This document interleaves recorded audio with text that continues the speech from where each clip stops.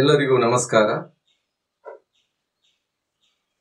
10ನೇ ತರಗತಿಯ ಸ್ಪರ್ಶರೇಖೆಗಳು tangent line ಪಾಠದ ಮುಂದಿನ ಭಾಗಕ್ಕೆ ಸ್ವಾಗತ.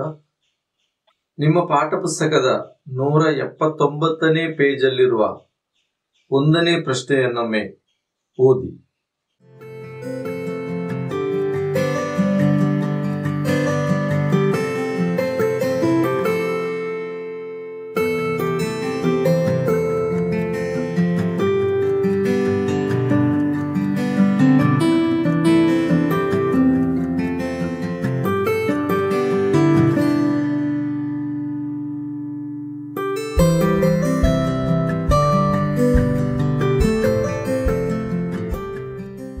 ಪ್ರಶ್ನೆಯನ್ನು ಓದಿದ್ದೀರಿ ಅಲ್ವಾ? ಏನ್ ಅರ್ಥ ಆಯ್ತು ನಿಮಗೆ? ಅಲ್ಲೊಂದು ದೊಡ್ಡ ವೃತ್ತ ಕೊಟ್ಟಿದ್ದಾರೆ, ಒಂದು ದೊಡ್ಡ ವೃತ್ತ. ಆ ವೃತ್ತಕ್ಕೆ ಪಿ ಬಿಂದುವಿನಿಂದ ಸ್ಪರ್ಶ ರೇಖೆಗಳನ್ನ ಎಳೆದಿದ್ದಾರೆ. ಪಿ ಎ ಮತ್ತು ಪಿ ಬಿ ಅಂತ ನಾನು ಅದನ್ನು ಗುರುತಿಸಿದೆ. ಇನ್ನೀಗ ಬೇರೆ ಕೆಲವು ಸ್ಪರ್ಶ ರೇಖೆಗಳನ್ನು ಎಳೆದಿದ್ದಾರೆ. ನೋಡಿ, ಇಲ್ಲೊಂದು ಸ್ಪರ್ಶ ರೇಖೆಯನ್ನು ಎಳೆದಿದ್ದಾರೆ. ಈ ಬಿಂದುವಿಗೆ ನಾನು ಕ್ಯೂ ಅಂತ ಹೆಸರು ಕೊಟ್ಟೆ. ಇನ್ನು ಇಲ್ಲಿಂದಲೂ ಒಂದು ಸ್ಪರ್ಶ ರೇಖೆಯನ್ನು ಎಳೆದಿದ್ದಾರೆ. ಆಗ ಈ ಬಿಂದುವಿಗೆ ನಾನು ಆರ್ ಎಂಬುದಾಗಿ ಹೆಸರು ಕೊಟ್ಟೆ. ಇಲ್ಲಿರುವ ಸ್ಪರ್ಶ ಬಿಂದುವಿಗೆ ನಾನು ಎಸ್ ಅಂತ ಹೆಸರು ಕೊಟ್ಟೆ. ಇಷ್ಟು ಅವರು ಕೊಟ್ಟಿರುವ ಚಿತ್ರ. ಏನು ಪ್ರಶ್ನೆ ಏನು? Perimeter of the triangle is equal to diameter of the circle ಅಂತ ಪ್ರೂವ್ ಮಾಡಬೇಕು ಅಂತ. ತ್ರಿಕೋನದ ಸುತ್ತಳತೆಯು ವೃತ್ತದ ವ್ಯಾಸಕ್ಕೆ ಸಮಾನವಾಗಿದೆ ಅಂತ ಸಾಧಿಸಬೇಕು. ಹೇಗೆ ಸಾಧಿಸಬಹುದು ನೋಡುವ. ನಾವು ಈಗಾಗಲೇ ಕಲ್ತಿರುವ ಪ್ರಕಾರ ಪಿ ಬಿ ಮತ್ತು ಪಿ ಎ ವೃತ್ತದ ಹೊರಗಿರುವ ಬಿಂದುವಿನಿಂದ ವೃತ್ತಕ್ಕೆಳೆದ ಸ್ಪರ್ಶ ರೇಖೆಗಳು. ಆಗ ಅವುಗಳು ಸಮಾನ. Tangent line from a point to the circle are equal. ಇಲ್ಲಿ ಏನ್ ಕೊಟ್ಟಿದ್ದಾರೆ? ಈಗ ಕೋನ ಪಿ ಸಮ 90 ಡಿಗ್ರಿ ಅಂತ ಕೊಟ್ಟಿದ್ದಾರೆ. ಇನ್ನು ಪಿ ಎ ಓ ಕೋನ ಎಷ್ಟಾಗಿರ್ಬೇಕು? ಅದು 90 degree. It is 90 degree. Angle P A O is 90 degree and angle P B O is also 90 degree. ಅದು ಕೂಡ 90 ಡಿಗ್ರಿ. ಯಾಕೆ ಹೇಳಿ? ವೃತ್ತದ ಹೊರಗಿರುವ ಬಿಂದುವಿನಿಂದ ವೃತ್ತಕ್ಕೆಳೆದ ಸ್ಪರ್ಶ ರೇಖೆ ಮತ್ತು ಆ ಸ್ಪರ್ಶ ಬಿಂದುವನ್ನೊಳಗೊಂಡ ತ್ರಿಜ್ಯ ಉಂಟು ಮಾಡುವ ಕೋನ 90 ಡಿಗ್ರಿ ಆಗಿರ್ತದೆ ಅಂತ ನಾವು ಹಿಂದಿನ ಕ್ಲಾಸುಗಳಲ್ಲಿ ತಿಳ್ಕೊಂಡಿದ್ದೇವೆ ಅಲ್ವಾ? A tangent line and A radius at the tangent point makes the angle 90 degree ಅಂತ ನಾವು ಕಲ್ತಿದ್ದೇವೆ. ಹಾಗಾಗಿ ಕೋನ ಪಿ ಬಿ ಒ ಸಮ ಕೋನ ಪಿ ಎ ಒ ಸಮ 90 ಡಿಗ್ರಿ. ರೈಟ್. ಇಲ್ಲೊಂದು ಕೋನ 90 ಕೊಟ್ಟಿದ್ದಾರೆ. ಈ ಎರಡು ಕೋನಗಳು ಕೂಡ 90 ಆಯ್ತು. ಆಗಿರುವಾಗ ಅದರ ಇನ್ನೊಂದು ಕೋನ ಅಂದ್ರೆ ಈ ಚತುರ್ಭುಜದ ನಾಲ್ಕನೆಯ ಕೋನ ಅದು ಕೂಡ 90 ಡಿಗ್ರಿ ಆಗಿರ್ಬೇಕು. ಯಾಕಂದ್ರೆ ಚತುರ್ಭುಜದ 4 ಕೋನಗಳ ಒಟ್ಟು ಮೊತ್ತ 360 degree. Sum of the angles of a quadrilateral is 360 degree, right? ಆಗ ನೋಡಿ ಎಲ್ಲ ಕೋನಗಳು 90 ಡಿಗ್ರಿ ಆದವು, ಸರಿಯಾ? ನಾವು ಅದನ್ನ ಬರೆಯೋಣ ಈಗ. ನೋಡಿ, ಕೋನ ಪಿ ಸಮ 90 ಡಿಗ್ರಿ, ಇನ್ನು ಕೋನ PAO ಸಮ ಕೋನ PBO ಸಮ 90 degree. A tangent line and a radius at the tangent point makes the angle 90 degree, right? ಆಗ ಇಲ್ಲಿರುವ ಕೋನದ ಅಳತೆಯು 90 ಡಿಗ್ರಿ ಅಂತ ನಮಗೆ ಹೇಳಬಹುದು ಅಲ್ವಾ? ಇವಾಗ ಇದೆಲ್ಲವೂ 90 ಡಿಗ್ರಿ ಆಗಿರುವ ಕಾರಣ PB ಮತ್ತು AO ಸಮಾನಾಂತರ, ಅದೇ ರೀತಿಯಲ್ಲಿ PA ಮತ್ತು OB ಕೂಡ ಸಮಾನಾಂತರ. PA ಮತ್ತು PB ಸಮಾನಾಂತರ ನಾವು ಈಗಾಗಲೇ ಹೇಳಿ ಆಯ್ತು. ಯಾಕೆ ಹೇಳಿ? ವೃತ್ತದ ಹೊರಗಿರುವ ಬಿಂದುವಿನಿಂದ ವೃತ್ತಕ್ಕೆಳೆದ ಸ್ಪರ್ಶ ರೇಖೆ ಅಲ್ವಾ? A tangent line from a point to the circle are equal. ಇನ್ನು OA ಸಮ OB, ಯಾಕೆ? ಅದು ವೃತ್ತದ ತ್ರಿಜ್ಯಗಳು, ರೇಡಿಯಸ್ ಆಫ್ ಎ ಸರ್ಕಲ್. ಇವೆಲ್ಲವುಗಳಿಂದ ನಮ್ಗೆ ಏನ್ ತಿಳ್ಕೊಳ್ಬಹುದು ಅಂದ್ರೆ OAPB ಎನ್ನುವ ಚತುರ್ಭುಜವು ಚೌಕವಾಗಿದೆ. Quadrilateral OAPB is a square ಅಂತ ನಮಗೆ ತಿಳ್ಕೊಳ್ಬಹುದು. ಓಕೆ, ಇನ್ನೊಮ್ಮೆ ನೀವು ಆ ಚಿತ್ರವನ್ನು ಗಮನಿಸಿ. ಈ ಚಿತ್ರದಲ್ಲಿ OA ಮತ್ತು OB ವೃತ್ತದ ತ್ರಿಜ್ಯಗಳಾಗಿವೆ ಅಲ್ವಾ? ಅಂದ್ರೆ ಅದರ ಅರ್ಥ OA ಪ್ಲಸ್ OB ಅನ್ನ ಮಾಡಿದಾಗ ನಿಮ್ಗೆ ಏನ್ ಸಿಗ್ಬಹುದು? ವೃತ್ತದ ವ್ಯಾಸ ಸಿಗ್ಬಹುದು, diameter of a circle. If you add OA plus OB we get diameter of the circle, right? ಆಗ OA plus OB diameter of the circle is equal to OA plus OB. OA ಮತ್ತು OB ಯಾವುದಕ್ಕೆ ಸಮ? PA ಮತ್ತು PB ಗೆ ಸಮ, ಚೌಕದ ಭುಜಗಳು ಅಲ್ವಾ? ಆಗ ಸಮ PA ಪ್ಲಸ್ PB ಅಂತ ಬರಿಬಹುದು. ಇನ್ನು ನೋಡಿ, PA ಯಲ್ಲಿ PQ ಪ್ಲಸ್ QA ಅಂತ ಬರಿಬಹುದು ಅಲ್ವಾ? PA ಯನ್ನ PQ ಪ್ಲಸ್ QA ಎಂಬುದಾಗಿ ಬರಿಬಹುದು. PB ಅನ್ನು PR ಪ್ಲಸ್ RB ಎಂಬುದಾಗಿ ಬರಿಬಹುದು.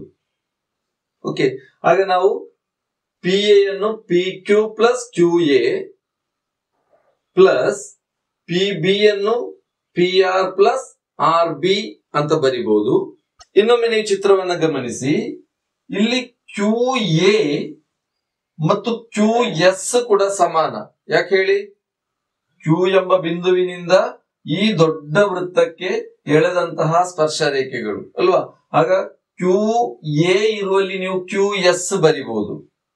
ಅದೇ ರೀತಿಯಲ್ಲಿ RB ಇರುವಲ್ಲಿ RS ಎಂಬುದಾಗಿ ಕೂಡ ಬರಿಬಹುದು. ಯಾಕೆ? R ನಿಂದ ವೃತ್ತಕ್ಕೆ ಎಳೆದ ಸ್ಪರ್ಶ ರೇಖೆಗಳು RS ಮತ್ತು RB ಅವುಗಳು ಸಮಾನ. ಆಗ RB ಇರುವಲ್ಲಿ ನಾನು RS ಬರಿತೇನೆ, QA ಇರುವಲ್ಲಿ ನಾನು QS ಅಂತ ಬರಿತೇನೆ. ನೋಡಿ, ಆಗೇನಾಯ್ತು?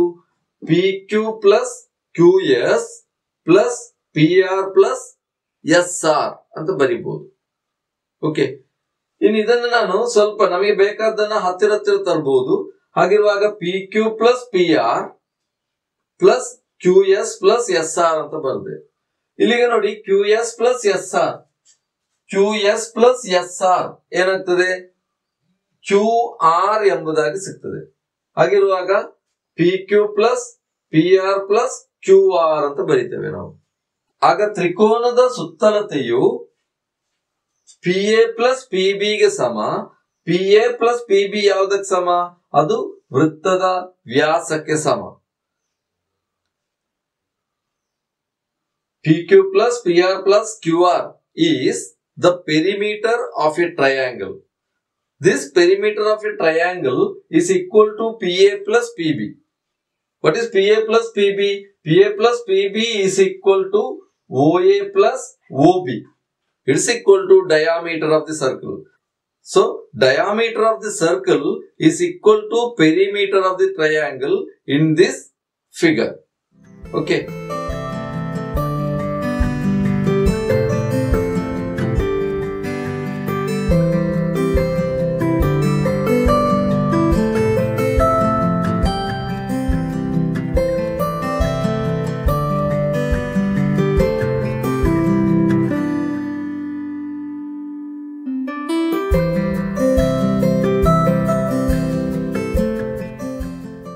ಇನ್ನೀಗ ಆ ಪುಟದಲ್ಲೇ ಎರಡನೆಯ ಪ್ರಶ್ನೆಯನ್ನು ಗಮನಿಸಿ.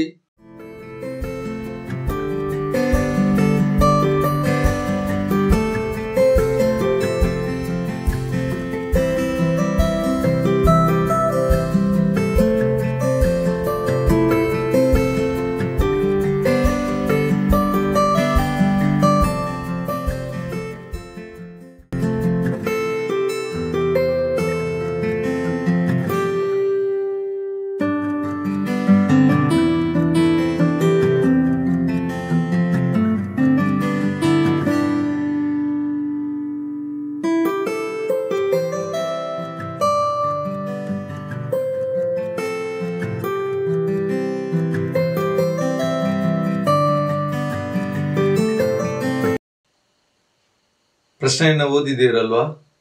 ಏನ್ ಕೊಟ್ಟಿದ್ದಾರೆ ಪ್ರಶ್ನೆಯಲ್ಲಿ?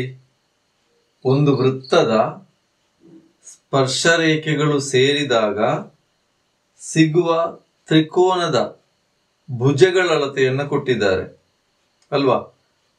ಆಗ ಪ್ರತಿಯೊಂದು ಶಿರದಿಂದ ವೃತ್ತದ ಸ್ಪರ್ಶ ಬಿಂದುವಿಗಿರುವ ದೂರ ಎಷ್ಟು ಎಂಬುದನ್ನ ಕಂಡುಹಿಡಿಯಲು ಹೇಳಿದ್ದಾರೆ ಅಲ್ವಾ?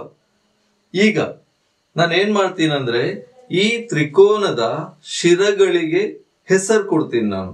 ಗಮನಿಸಿ, ಇಲ್ಲಿಗೆ ನಾನು ಎ ಎಂಬ ಹೆಸರು ಕೊಟ್ಟೆ, ಇಲ್ಲಿ ಬಿ, ಆಮೇಲೆ ಮೂರನೆಯ ಶಿರ ಸಿ ಎಂಬುದಾಗಿ ಹೆಸರು ಕೊಟ್ಟೆ. ಇನ್ನು ಈ ಭುಜಗಳು ವೃತ್ತವನ್ನ ಸ್ಪರ್ಶಿಸುವ ಬಿಂದುವಿಗೆ ಪಿ, ಕ್ಯೂ, ಆಮೇಲೆ ಆರ್ ಎಂಬ ಹೆಸರು ಕೊಟ್ಟೆ. ಓಕೆ, ಇನ್ನೀಗ ಅವರು ಕೊಟ್ಟಿರುವ ಅಳತೆಗಳು ಯಾವುದೆಲ್ಲ ನೋಡುವ. ಎ ಬಿಯ ಉದ್ದವನ್ನ 7 ಸೆಂಟಿಮೀಟರ್ ಹೇಳಿದ್ದಾರೆ ಅಲ್ವಾ? ಬಿ ಸಿ ಯ ಉದ್ದವನ್ನ 5 ಸೆಂಟಿಮೀಟರ್ ಎಂಬುದಾಗಿಯೂ, ಎ ಸಿ ಯ ಉದ್ದವನ್ನ 4 ಸೆಂಟಿಮೀಟರ್ ಎಂಬುದಾಗಿಯೂ ಹೇಳಿದ್ದಾರೆ. ಗಮನಿಸಿ, ಇಲ್ಲೀಗ ಎ ಪಿ ಮತ್ತು ಎ ಆರ್ ವೃತ್ತದ ಸ್ಪರ್ಶ ರೇಖೆಗಳಾಗಿವೆ. ಎ ಎಂಬ ಶಿರದಿಂದ ಎಳೆದಿರುವಂತಹ ಸ್ಪರ್ಶ ರೇಖೆಗಳಾಗಿವೆ, ಆದ್ದರಿಂದ ಅವುಗಳ ಉದ್ದ ಸಮಾನ.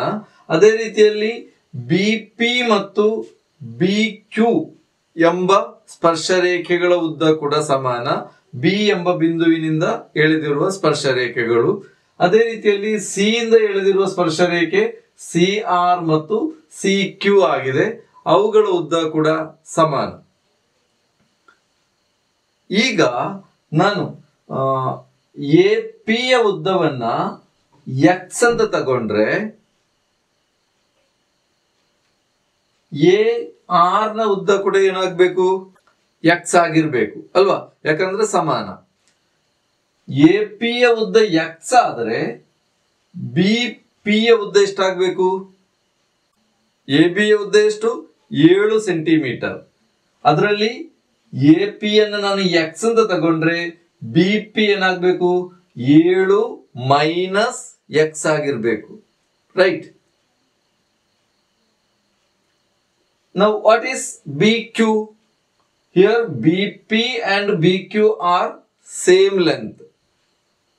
So BP is 7 minus x. Therefore BQ also 7 minus x. ಇನ್ನು AR ಎಕ್ಸ್ ಅಂತ ನಾವು ಬರ್ದಾಯ್ತು. ಹಾಗಾದರೆ ಸಿ ಆರ್ ಎಷ್ಟು?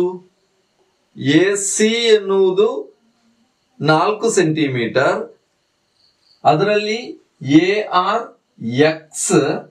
ಹಾಗಾದರೆ ಸಿ ಆರ್ ಏನಾಗಿರ್ಬೇಕು? 4 ಮೈನಸ್ ಎಕ್ಸ್ ಆಗಿರ್ಬೇಕು. Right, here C R is 4 minus x. Then what is CQ? CR and CQ are same. Therefore CQ ಎಷ್ಟಾಗಿರ್ಬೇಕು? 4 minus x ಆಗಿರ್ಬೇಕು. ಇನ್ನೀಗ ನೀವು ಗಮನಿಸಬೇಕಾಗಿರೋದು, ಈ ಬಿ ಸಿ ಭುಜದಲ್ಲಿ ಬಿ ಕ್ಯೂವಿನ ಉದ್ದ 7 ಮೈನಸ್ ಎಕ್ಸ್ ಆಗಿದೆ. ಸಿ ಕ್ಯೂವಿನ ಉದ್ದ 4 ಮೈನಸ್ ಎಕ್ಸ್ ಆಗಿದೆ. ಇವೆರಡನ್ನು ಕೂಡಿಸಿದ್ರೆ ಬಿ ಕ್ಯೂ ಕೂಡಿಸು ಕ್ಯೂ ಸಿ ಮಾಡಿದಾಗ ನಿಮ್ಗೆ ಏನ್ ಸಿಗ್ತದೆ? ಬಿ ಸಿ ಯ ಒಟ್ಟು ಉದ್ದ ಸಿಗ್ತದೆ. ಬಿ ಸಿ ಯ ಒಟ್ಟು ಉದ್ದ ಎಷ್ಟು? ಅದು 5 ಸೆಂಟಿಮೀಟರ್ ಅಲ್ವಾ? ನಾವು ಅದನ್ನ ಇಲ್ಲಿ ಬರೆಯೋಣ. ಎ ಪಿ ಸಮ ಎಕ್ಸ್ ಅಂತ ತಕೊಳ್ಳುವ. ಆಗ ಎ ಆರ್ ಕೂಡ ಏನಾಗ್ತದೆ? ಎಕ್ಸ್ ಅಂತ ಆಯ್ತು ಅಲ್ವಾ? ಇನ್ನು ಬಿ ಪಿ ಸಮ ಏನಾಗ್ಬೇಕು? 7 ಮೈನಸ್ ಎಕ್ಸ್. ನಾವು ಈಗಾಗಲೇ ಚರ್ಚಿಸಿದ ಹಾಗೆ ಸಿ ಆರ್ ನ ಉದ್ದವು 4 ಮೈನಸ್ ಎಕ್ಸ್ ಆಗಿದೆ ಅಲ್ವಾ? ಆಗ ಸಿ ಕ್ಯೂವಿನ ಉದ್ದ ಕೂಡ 4 ಮೈನಸ್ ಎಕ್ಸ್. ಇನ್ನು B Q plus C Q ಮಾಡಿದಾಗ ನಮ್ಗೆ ಏನ್ ಸಿಗ್ಬೇಕು? ಬಿ ಸಿ ಯ ಭುಜದ ಉದ್ದ ಸಿಗ್ಬೇಕು ಅಲ್ವಾ? ಆಗ ಬಿ ಕ್ಯೂ ಎಷ್ಟು ಅಂತ ನಾವು ನೋಡಿಟ್ಟಿದೀವಿ. ಎಷ್ಟದು? 7 ಮೈನಸ್ ಎಕ್ಸ್ ಪ್ಲಸ್ ಸಿ ಕ್ಯೂವಿನ ಉದ್ದ ಎಷ್ಟು? ಅದು 4 ಮೈನಸ್ ಎಕ್ಸ್ ಸಮ ಬಿ ಸಿ ಯ ಉದ್ದ ಅವರಿಗೆ ಕೊಟ್ಟಿದ್ದಾರೆ, ಅದೆಷ್ಟು? 5 ಸೆಂಟಿಮೀಟರ್ ಅಲ್ವಾ? ಆಗ ಸಮ 5 ಅಂತ ಆಯ್ತು. ಇನ್ನು 7 ಪ್ಲಸ್ 4 ಎರಡು ಕೂಡ ಸ್ಥಿರ ಸಂಖ್ಯೆಗಳು, ಅದನ್ನು ಕೂಡಿಸಬಹುದು. ಆಗ 7 ಪ್ಲಸ್ 4 ಅಂದ್ರೆ 11. Negative X plus negative X ಅಂದಾಗ ನೆಗೆಟಿವ್ 2x ಸಮ 5 ಅಂತ ಆಯ್ತು. ಅಂದ್ರೆ 11 ಮೈನಸ್ 2x ಸಮ 5 ಆಯ್ತು. ಇನ್ನು ಈ 5 ನಾವು ಎಡಭಾಗಕ್ಕೆ ತರೋಣ. ನೆಗೆಟಿವ್ 2x ಅನ್ನ ಬಲಭಾಗಕ್ಕೆ ಹೋಗೋಣ. ಪಾಸಿಟಿವ್ 5 ಎಡಭಾಗಕ್ಕೆ ಬರುವಾಗ ಅದೇನಾಯ್ತು? 11 ಮೈನಸ್ 5 ಅಂತ ಆಯ್ತು ಸಮ ನೆಗೆಟಿವ್ 2x ಇದ್ದದ್ದು ಬಲಭಾಗಕ್ಕೆ ಹೋಗುವಾಗ ಅದು ಪಾಸಿಟಿವ್ 2x ಆಯ್ತು. ರೈಟ್. ಇನ್ನು 11 ಮೈನಸ್ 5 ಅಂದ್ರೆ 6 ಸಮ ಏನಾಗ್ಬೇಕು? 2x ಆಯ್ತು. 6 ಸಮ 2x. ಗಮನಿಸಿ, ಈ ಎಕ್ಸ್ ನೊಟ್ಟಿಗಿರುವ 2 ಎಕ್ಸ್ ನ ಸಹಗುಣಕ ಅಥವಾ ಸಂಖ್ಯಾಗುಣಕ coefficient of x is 2 here. ಅದನ್ನ ನಾವು ಎಡಭಾಗಕ್ಕೆ ತಂದಾಗ ಇಲ್ಲಿ ನಾವೇನ್ ಮಾಡ್ತೀವಿ? ಭಾಗಿಸ್ತೇವೆ ಅಲ್ವಾ? 6 ಭಾಗಿಸು 2 ಎಂಬುದಾಗಿ ಬರಿತೀವಿ. 6 ಭಾಗಿಸು 2 ಸಮ ಎಕ್ಸ್ ಅಂದರೆ ಎಕ್ಸ್ ಸಮ ಎಷ್ಟಾಗಬೇಕು? 6 ಭಾಗಿಸು 2 ಅಂದ್ರೆ 3. ಹಾಗಿದ್ರೆ ಎಕ್ಸ್ ಸಮ 3 ಅಂತ ಆಯ್ತು. ಎಕ್ಸ್ ಅಂದ್ರೆ ಏನು? ಎ ಪಿ ಯ ಉದ್ದ 3. ಎ ಪಿ ಯ ಉದ್ದ 3 ಆದರೆ ಬಿ ಪಿ ಯ ಉದ್ದ ಎಷ್ಟಾಗಬೇಕು? 7 ಮೈನಸ್ 3 ಅಲ್ವಾ? ಹಾಗಾದೆಷ್ಟು? 4 ಅಂತ ಆಯ್ತು. ಇನ್ನು ಎ ಆರ್ ನ ಉದ್ದ, ಎ ಆರ್ ನ ಉದ್ದ ಎಕ್ಸ್ ಅಂದ್ರೆ 3 ಸೆಂಟಿಮೀಟರ್. ಒಟ್ಟು ಉದ್ದ ಇರುವುದು 4. ಹಾಗಿದ್ರೆ ಸಿ ಆರ್ ನ ಉದ್ದ ಎಷ್ಟು? 1 ಸೆಂಟಿಮೀಟರ್. ಇಲ್ಲಿ ಸಿ ಕ್ಯೂವಿನ ಉದ್ದ 1 ಸೆಂಟಿಮೀಟರ್. ಬಿ ಕ್ಯೂವಿನ ಉದ್ದ ಎಷ್ಟಾಗ್ಬೇಕು ಹೇಳಿ? ಬಿ ಪಿ ಯ ಉದ್ದಕ್ಕೆ ಸಮ ಅಂದ್ರೆ 4 ಸೆಂಟಿಮೀಟರ್ ಅಲ್ವಾ?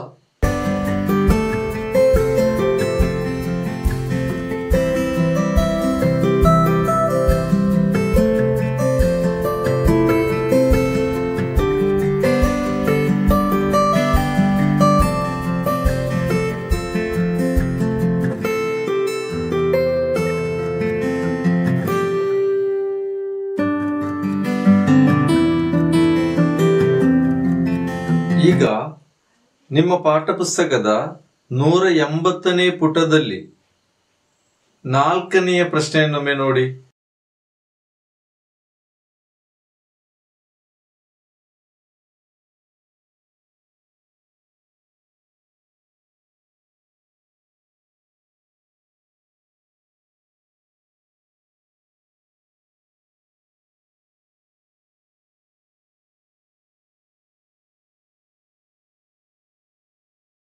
ಏನ್ ಕೊಟ್ಟಿದ್ದಾರೆ ಪ್ರಶ್ನೆಯಲ್ಲಿ? ಎ ಬಿ ಎನ್ನುವುದು ವೃತ್ತದ ವ್ಯಾಸ, ಅದನ್ನು ಮುಂದುವರಿಸಿ ಪಿ ಎಂಬಲ್ಲಿಗೆ ತಲುಪಿಸಿದ್ದಾರೆ. ಪಿ ಎ ಯ ಉದ್ದ 8 ಸೆಂಟಿಮೀಟರ್ ಎಂಬುದಾಗಿ ಕೊಟ್ಟಿದ್ದಾರೆ. ಪಿ ಕ್ಯೂ ಆ ವೃತ್ತಕ್ಕೆ ಎಳೆದಂತಹ ಒಂದು ಸ್ಪರ್ಶ ರೇಖೆ, ಅದರ ಉದ್ದ 4 ಸೆಂಟಿಮೀಟರ್. ಇದು ಕೊಟ್ಟಿರುವಂತಹದ್ದು. Here PQ is the tangent line, its length is 4 centimeter and AB is the diameter of this circle and length of AP is 8 centimeter. ಇಷ್ಟು ಕೊಟ್ಟಿರುವಂತದ್ದು ಅಲ್ವಾ? ಇನ್ನು ಕೇಳಿರುವ ಪ್ರಶ್ನೆ ಈ ವೃತ್ತದ ತ್ರಿಜ್ಯ ಎಷ್ಟು ಎಂಬುದಾಗಿ. ಓಕೆ, ನಾವು ಈ ಹಿಂದಿನ ತರಗತಿಯಲ್ಲಿ ಕಲಿತುಕೊಂಡಂತಹ ಒಂದು ಆಶಯ ಇದೆ. ಏನದು?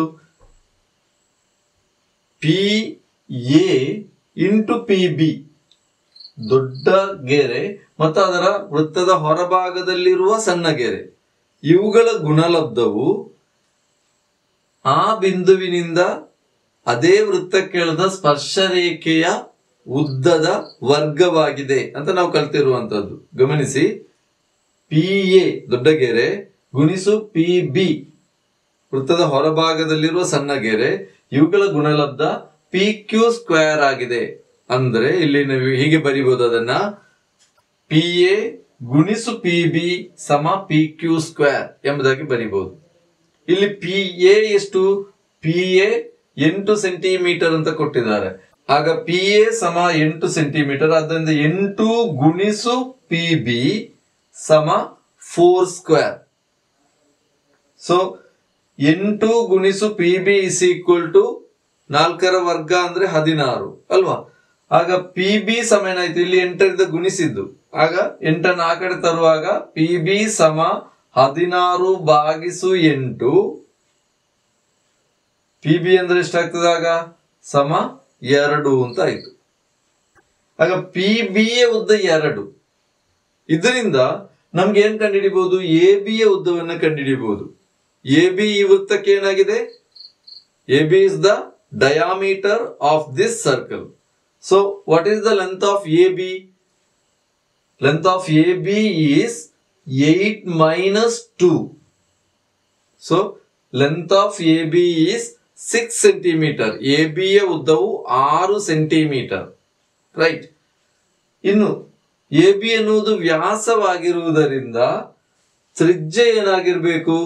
ಅದರ ಅರ್ಧ ಅಂದ್ರೆ 6/2 ಸಮ 3 ಸೆಂಟಿಮೀಟರ್ ಎಂಬುದಾಗಿ ಇದನ್ನ ಕಂಡುಹಿಡಿಬಹುದು. ಅಂದ್ರೆ ಇಲ್ಲಿ ನಾವು ಕಲಿತಂತಹ ಆಶಯವನ್ನ ಉಪಯೋಗಿಸಿಕೊಂಡು ನಮಗೆ ಬೇಕಾದಂತಹ ಉತ್ತರಕ್ಕೆ ಬರಲಿಕ್ಕೆ ಸಾಧ್ಯ ಇದೆ.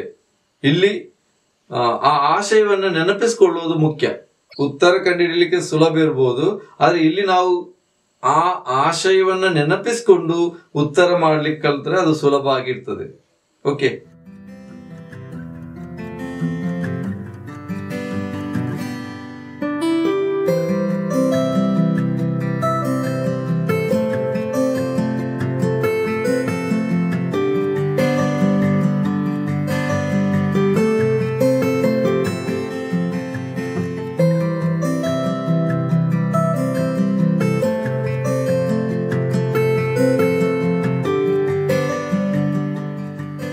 ಇನ್ನು ಪಾಠ ಪುಸ್ತಕದಲ್ಲಿ 181ನೇ ಪುಟದಲ್ಲಿರುವ 5ನೆಯ ಪ್ರಶ್ನೆಯನ್ನು ಗಮನಿಸಿ.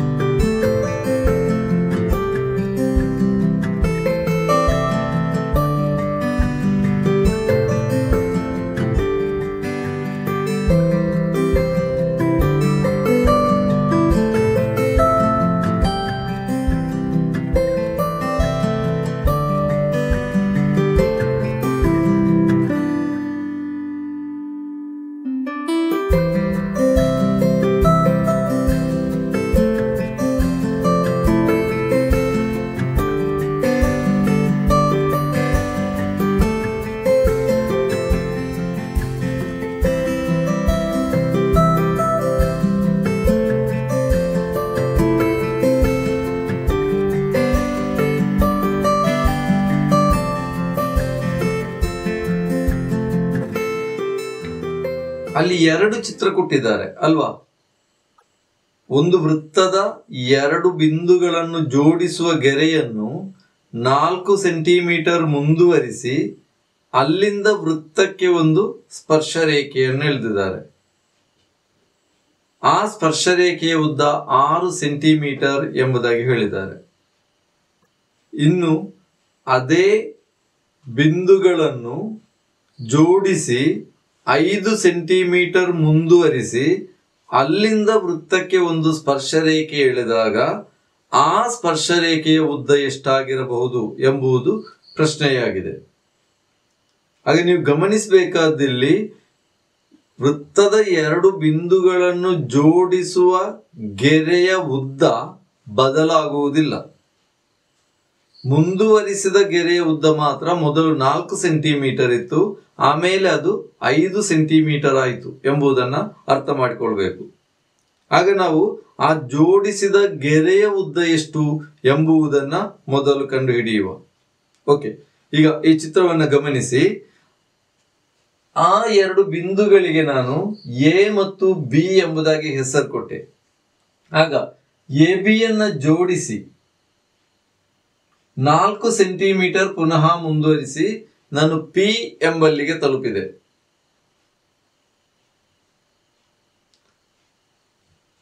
ಪಿ ಸಿ ಯನ್ನ ಎಳೆದೆ. ಪಿ ಸಿ ಯ ಉದ್ದ, ಪಿ ಸಿ ಸ್ಪರ್ಶ ರೇಖೆಯಾಗಿದೆ, ಅದರ ಉದ್ದ 6 ಸೆಂಟಿಮೀಟರ್ ಎಂಬುದಾಗಿ ಕೊಟ್ಟಿದ್ದಾರೆ ಅಲ್ವಾ.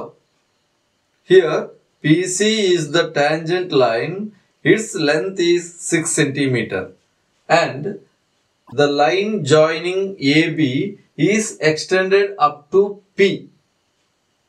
PB is 4 centimeter here. Okay, now find what is the length of AB. ಏನು ನಮ್ಮ ಆಶಯ ಏನು?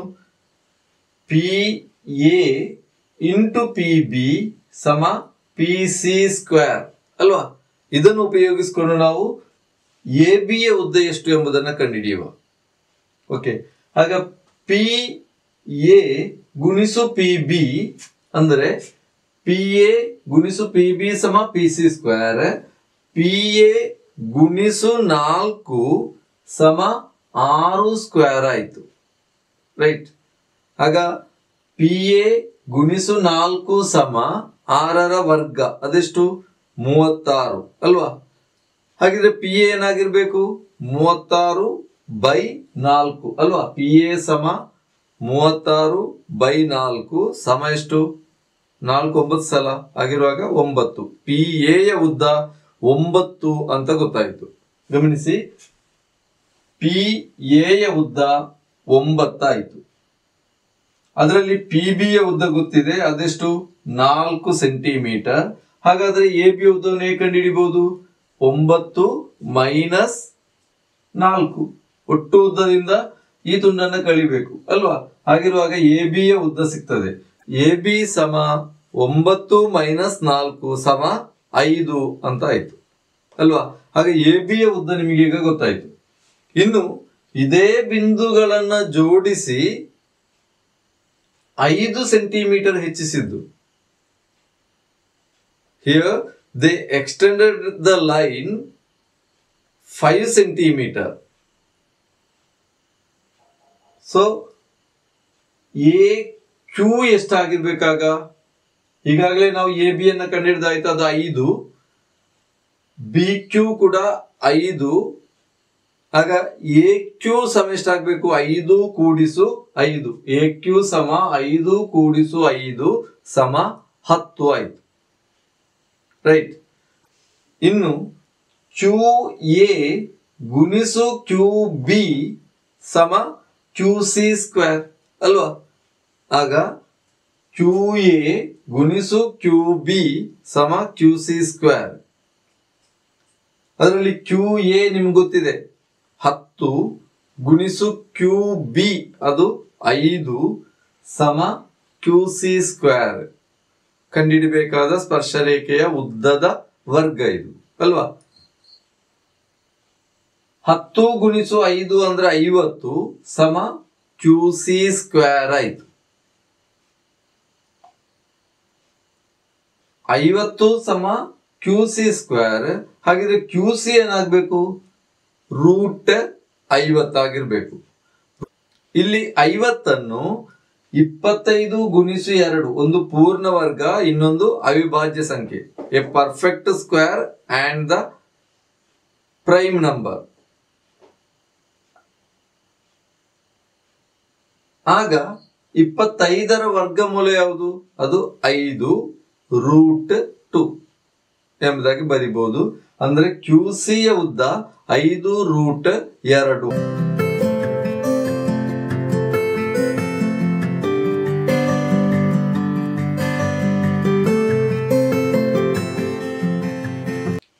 ಇಲ್ಲಿಗೆ ಇಂದಿನ ನನ್ನ ಈ ಪಾಠ ಭಾಗವನ್ನ ಮುಕ್ತಾಯಗೊಳಿಸ್ತಾ ಇದ್ದೇನೆ. ಇನ್ನು ಮುಂದಿನ ತರಗತಿಯಲ್ಲಿ ಇನ್ನಷ್ಟು ವಿಚಾರಗಳನ್ನ ಕಲಿತುಕೊಳ್ಳೋಣ. ಇದೇ ರೀತಿಯ ಹಲವಾರು ಕ್ವಶನ್ಗಳು ನಿಮ್ಮ ಪಾಠ ಪುಸ್ತಕದಲ್ಲಿದೆ. ಬೇರೆ ಮೂಲಗಳಿಂದಲೂ ಅದನ್ನ ಸಂಗ್ರಹಿಸಿ ಉತ್ತರಿಸುವ ಪ್ರಯತ್ನ ಮಾಡಿ. ಏನಾದರೂ ಸಂಶಯಗಳಿದ್ದಲ್ಲಿ ನಿಮ್ಮ ಗಣಿತ ಅಧ್ಯಾಪಕರನ್ನ ಸಂಪರ್ಕಿಸಿ. ಇಲ್ಲಿಗೆ ಇಂದಿನ ನನ್ನ ಪಾಠ ಭಾಗವನ್ನ ಮುಕ್ತಾಯಗೊಳಿಸ್ತಾ ಇದ್ದೇನೆ. ಇನ್ನಷ್ಟು ವಿಚಾರಗಳೊಂದಿಗೆ ಮುಂದಿನ ಪಾಠ ಭಾಗದಲ್ಲಿ ಭೇಟಿಯಾಗೋಣ. ಎಲ್ಲರಿಗೂ ನಮಸ್ಕಾರ. Have A nice day.